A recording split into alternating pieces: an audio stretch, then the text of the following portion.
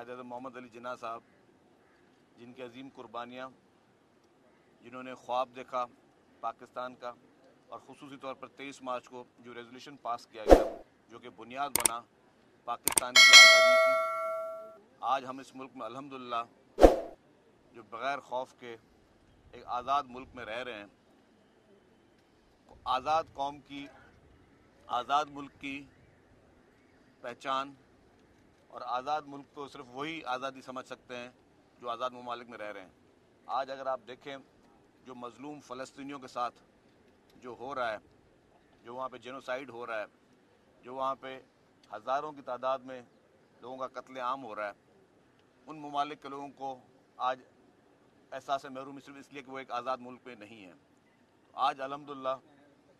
ہم یہ تہیہ ہمیں کرنا چاہیے کہ جو خواب قائد اعظم محمد علی جناح نے اس پاکستان کے لیے دیکھا تھا،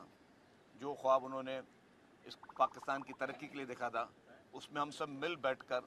تمام اختلافات کو بھلا کر، تمام اپنے سیاسی اختلافات کو بھلا کر، اپنی انا کو پیچھے چھوڑ کر، اور اس ملک کے لیے، اس ملک کی عوام کے لیے ہم سب ایک ہو جائیں۔ کتنے بھی اختلافات ہوں اس کو ختم کریں اور پوری قوم ایک مضبوط قوم بن کر اس ملک کی ترقی کے لیے کام کرے۔ اس ملک میں جو درپیش چیلنجز ہیں، چاہے وہ اندرونی چیلنجز ہیں، چاہے وہ بیرونی چیلنجز ہیں،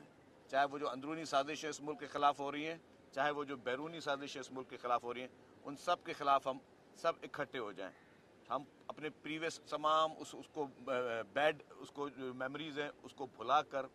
ہم پرانے تمام اختلافات کو بھلا کر پوری قوم ایک قوم بن کر ہم آگے جائیں۔ کیونکہ جب تک ہم اپنی ایک اتحاد نہیں دکھائیں گے، جب تک ہم ایک مضبوط قوم بن کر سامنے نہیں آئیں گے، تو پاکستان آگے ان مسائل سے نہیں نکل سکتا۔ پاکستان کی ترقی کے لیے، پاکستان کی مضبوطی کے لیے ہمیں قائد اعظم محمد علی جناح کا وہ فرمان جس میں وہ اتحاد، تنظیم اور یقین محکم کی بات کر رہے ہیں، اس کو ہمیں آگے بڑھانا ہوگا، اور ہم سب جو ہے وہ مل کر اس پاکستان کی ترقی کے لیے کام کرنا ہوگا۔ میں گزارش کروں گا گورنر صاحب سے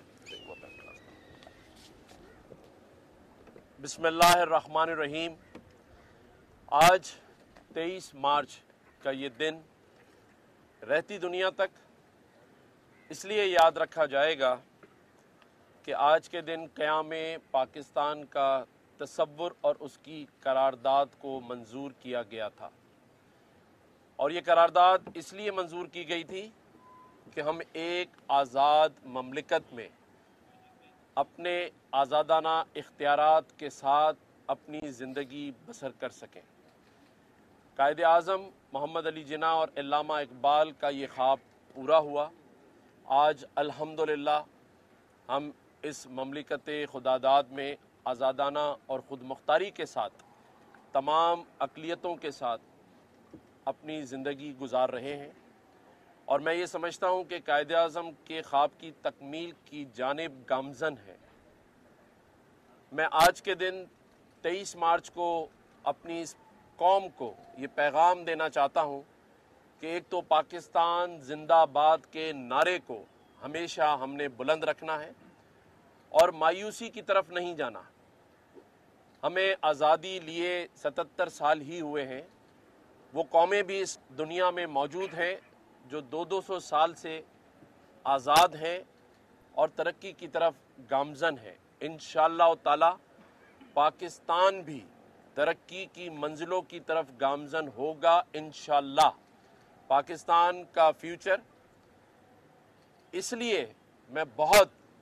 مثبت دیکھ رہا ہوں کیونکہ اس مملکت خداداد میں 62% میرے نوجوان بھائی اور بہن ہیں،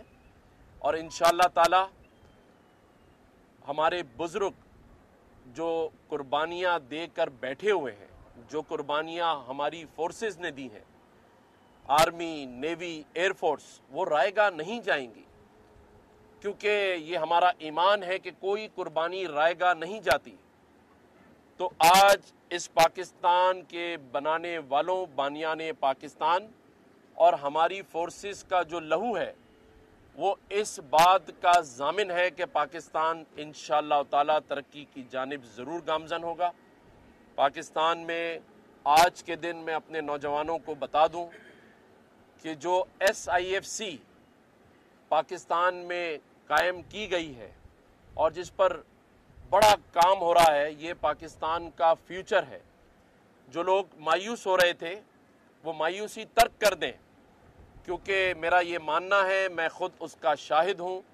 کہ پاکستان اپنی ترقی کی منزلوں کو طے کرنے کی لائن میں کھڑا ہے، اور انشاءاللہ تعالی وہ دن دور نہیں جب ہم بحیثیت پاکستانی فخر محسوس کریں گے کہ ہم نے بھی اس ریجن میں ترقی کی ہے۔ یہ ضرور ہے کہ گزشتہ کئی سالوں سے ہمارے ہاں معاشی بحران چل رہا ہے، اور اس کی بہت ساری وجوہات ہیں۔ کچھ اندرونی معاملات ہیں اور کچھ بیرونی سازشیں ہیں، لیکن ہم نے ہر سازش کا مقابلہ ایک قوم بن کر اور اپنے آپ کو سچا پاکستانی ثابت کر کر اس کا مقابلہ کرنا ہے۔ ہمارا ازلی دشمن بھارت آزادی کا بدلہ آج تک ہم سے لے رہا ہے۔ وہ نہیں چاہتا کہ پاکستان اپنے پیروں پر کھڑا ہو، لیکن وہ یہ بھول رہا ہے کہ یہ 24 کروڑ عوام اور افواج پاکستان اور ہماری نیوی اور ایئر فورس کے جوان شہادتوں کا جذبہ رکھتے ہیں۔ حال ہی میں کرنل سید کاشف علی کی مثال ان لوگوں کو جواب دینے کے لیے کافی ہے کہ ان کے والد صاحب کا یہ کہنا تھا کہ میرے بیٹے نے افواج پاکستان میں شمولیت پاکستان کی خاطر شہادت کے لیے کی تھی۔ تو یہ وہ جذبہ ہے جو اس قوم کو کبھی بکھرنے نہیں دے گا، اور اس جذبے کے ساتھ ہی ہم انشاءاللہ تعالی ترقی کریں گے۔ جو مسائل ہیں ان کا حل ہم نکالیں گے، اور وہ حل واقعی میں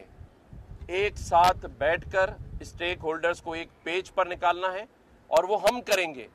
عوام کو ریلیف دینا حکومتوں کا کام ہے، اور اس کے لیے ہمیں رات دن کام کرنا پڑے گا، اور انشاءاللہ تعالی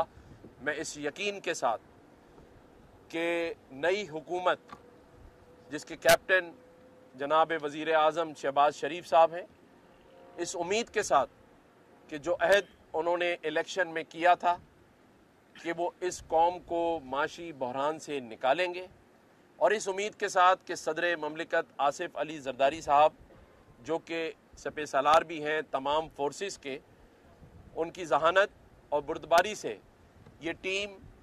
اور باقی سٹیک ہولڈرز جتنی سیاسی جماعتیں ہیں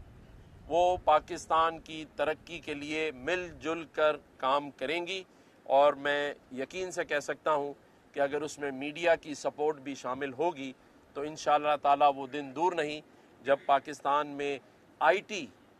جیسا شعبہ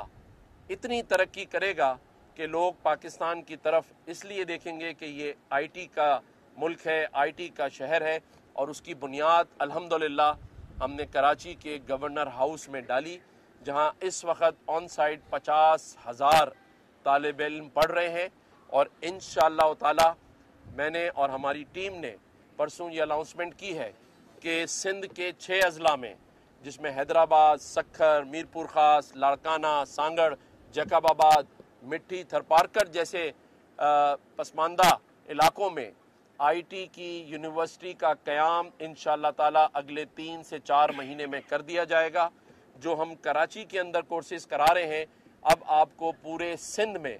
نظر آئیں گے، اور میرا یہ ماننا ہے کہ پاکستان میں سب سے پہلے سندھ آئی ٹی صوبے کے طور پر سامنے آئے گا، اور اس کے بعد پورا پاکستان۔ یہ ہم زرعی ملک ہیں، ہمارے پاس نوجوانوں کی تعداد بہت بڑی ہے، ہمارے پاس تمام وسائل موجود ہیں، بس صرف ہم نے ہمت کر کے ان وسائل کو عوام کے لیے بروئے کار لانا ہے، اور انشاءاللہ تعالی اس میں ہم سب مل کر عوام کو مایوس نہیں کریں گے۔